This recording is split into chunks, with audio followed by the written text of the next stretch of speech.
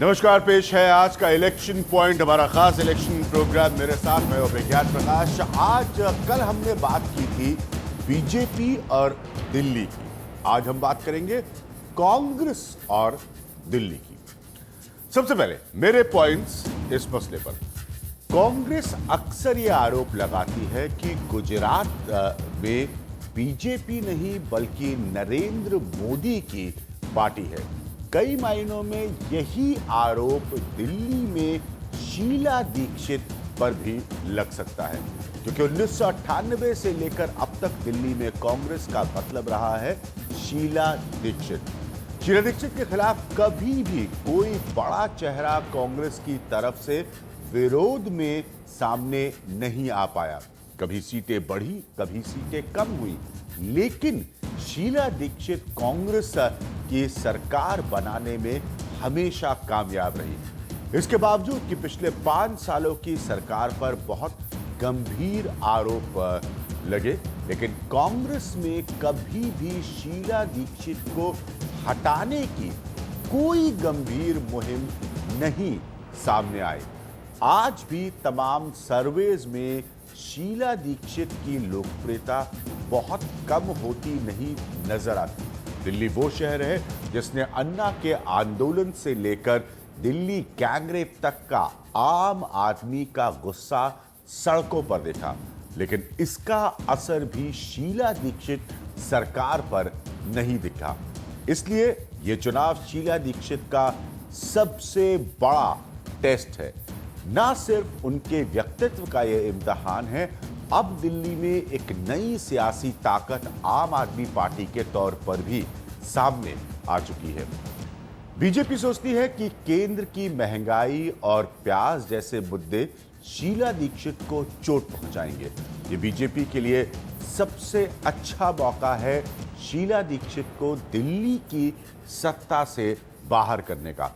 BJP के उम्मीदवार doctor Harshvardhan के मुकाबले शीला दीक्षित की शख्सियत अभी भी बहुत बड़ी नजर आती है। अगर इस चुनाव में शीला दीक्षित वापस दिल्ली पर काबिज होती हैं, तो ये वाकई यकीन मानिए सियासी इतिहास रचने जैसा होगा। इसीलिए हमने आज के अपने खास पोल पैनल से बड़ा सीधा और हमेशा की तरह स्पष्ट सवाल पूछा है, और मैं आपको अपने पोल पैनल से मिलवाना चाहूँगा। लेकिन एक बड़ा इंपॉर्टेंट पॉइंट मैं आपको यहाँ पर और रखना चाहता हूँ। ये मेरी गलती है, मैं इससे पहले रखना चाहता था लेकिन थोड़ा सा देर हो गई। कि शीला दीक्षित के आगे एक बड़ा पॉइंट है कि कभी किसी की भी नहीं चली है। एक समय था जब चौधरी प्रेम सिंह ने शीला दीक्षित का विरोध करने की कोशिश की, उसका कोई बड़ा नतीजा नहीं निकल कर आ पाया। एक समय था जब जेपी अग्रवाल ने शीला दीक्षित का विरोध करने की बड़ी कोशिश की, उसका कोई नतीजा नहीं निकल कर आया। एक समय था दिल्ली की राजनीति में रामबाबू शर्मा ने जब शीला दीक्षित का विरोध करने की कोशिश की, इसका कोई बड़ा रिजल्ट नहीं निकल कर आया। एक समय था जब सुभाष चोपड़ा ने शीला दीक्षित का विरोध करने की कोशिश की, उसी समय पर कहा जाता है कि 3 ताकतवर चेहरों की एक तिकड़ी थी जो शीला दीक्षित का विरोध कर रही थी। सुभाष चोपड़ा की तस्वीर हमने आपको दिखाई, उस तिकड़ी में दूसरे थे सज्जन कुमार, इस तिकड़ी में एक और व्यक्ति थे जगदीश टाइटल, कहते हैं कि इनको पीछे से कमलनाथ का सहयोग था, लेकिन ये कोई भी शीला दीक्षित को उनकी पोजीशन से नहीं हिला पाया। आखिरकार अजय माकन आए, एक युवा चेहरे के रूप में उभरे, लेकिन फिर भी शीला दीक्षित अपनी जगह पर काबिज रही। कुल मिलाकर जो मैं पॉइंट रख रहा हूं, इसको बहुत सरलता और सीधे तौर पर समझिएगा कि कोई भी तस्वीर में कांग्रेस में शीला दीक्षित के दिल्ली में बने रहते हुए कोई ऑल्टरनेटिव लीडर पैदा ही नहीं हुआ 1998 से लेकर अब तक। अब आते हैं हम अपने पैनल पर और लेते हैं आज के हमारे सवाल को, जो कि इस खास पैनल से हम सीधे सीधे पूछ रहे हैं। मनोज कुमार मिश्र हैं जो कि मेट्रो एडिटर हैं जनसत्ता के आज के हमारे पोल पैनल में। दिलबाग गोटी हैं जो कि मेट्रो एडिटर हैं नवभारत टाइम्स के आज के हमारे पोल पैनल में। विनोद शर्मा है जो कि पॉलिटिकल एडिटर हैं हिंदुस्तान टाइम्स के, ये दिल्ली को बहुत लंबे समय से जानते हैं। संजय सिंह हैं, ये फर्स्ट पोस्ट के पॉलिटिकल एडिटर हैं, ये भी दिल्ली को एक लंबे वक्त से जानते हैं। और रेणु मित्तल हैं जो कि एक सीनियर जर्नलिस्ट हैं, ये भी दिल्ली और दिल्ली की सियासत को एक लंबे वक्त से जानते हैं। इन सब से सवाल हमेशा की तरह बहुत सीधा और स्पष्ट, शीला दीक्षित चौथी बार दिल्ली में सरकार बनाएंगी? Question mark. ये हमारे पोल पैनल से सीधा सवाल है।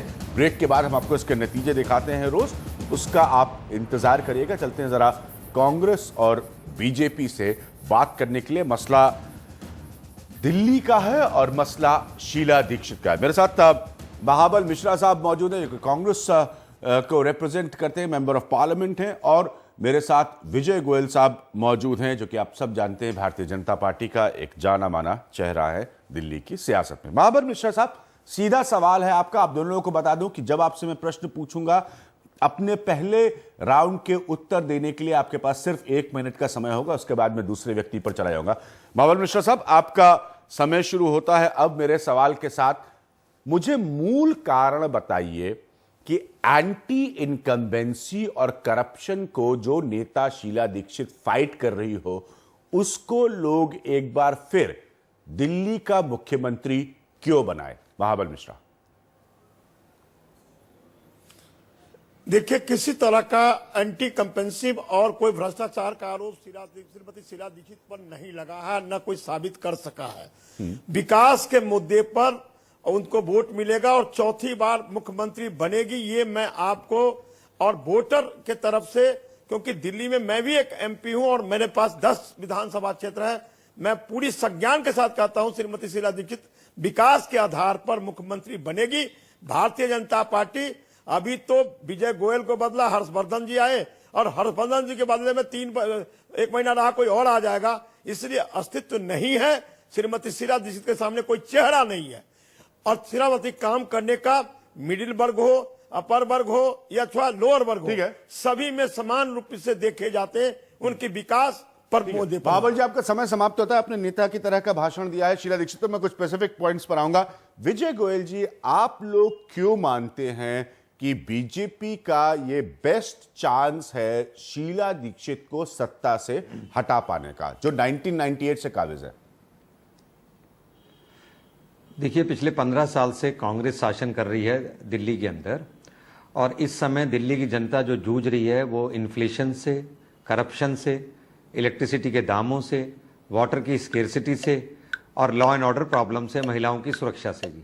तो मैं समझता हूं कि आज महंगाई इतनी है और भ्रष्टाचार इतना है, और इसके बाद बिजली पानी के मुद्दे के ऊपर एंटी इनकम्बेंसी कांग्रेस के खिलाफ है। लोग बदलाव चाहते हैं और बदलाव के लिए भारतीय जनता पार्टी आएगी।